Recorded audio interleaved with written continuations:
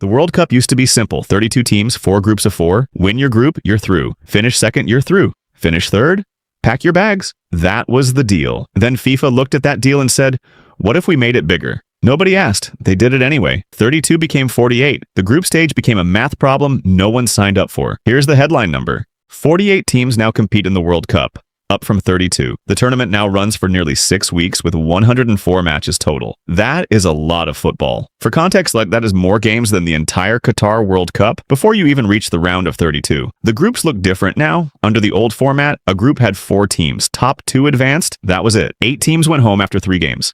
Now there are 12 groups of 4. It still sounds simple until you realize that the top 2 from each group advance, plus the 8 best third-place teams. That means only 8 teams go home after the group stage. That means you can lose 2 out of 3 matches and still win the trophy. Same reward, different consequence. FIFA says the expansion makes the game truly global. Giving more nations a chance to qualify means more countries invest in grassroots football. 4 teams are making their debut this year, including Curaçao, the smallest country by population to ever qualify for a World Cup. That is actually nice. Haiti is back for the first time since 1974. Players who grew up watching the World Cup on television now get to play in it. You cannot argue with that, but you can argue with the math. The counter-argument is this: jeopardy has been diluted.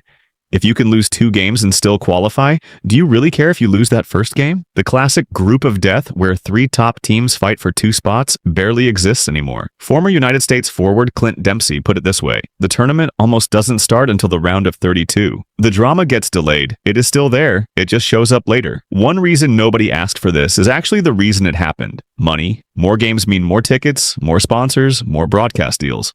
104 matches means you can sell 104 sets of advertising. And tickets? Some seats for the final are priced at nearly $33,000. 4 tickets to the final were listed for almost $2.3 million each on FIFA's resale platform. That is not a typo. The tournament is expected to generate over $9 billion in revenue. Whatever else you think about it, someone is making a significant profit. So the real question is not why they did it. You already know why. The real question is whether it works. More games do not mean better games, but they also do not mean worse games. They just mean more. More teams, more matches, more stories, more tickets, more of everything. Whether you like it or not, 48 is the number now. It happens anyway. The game has not changed. You have. You are welcome. Subscribe if you enjoyed this type of content. It means a lot.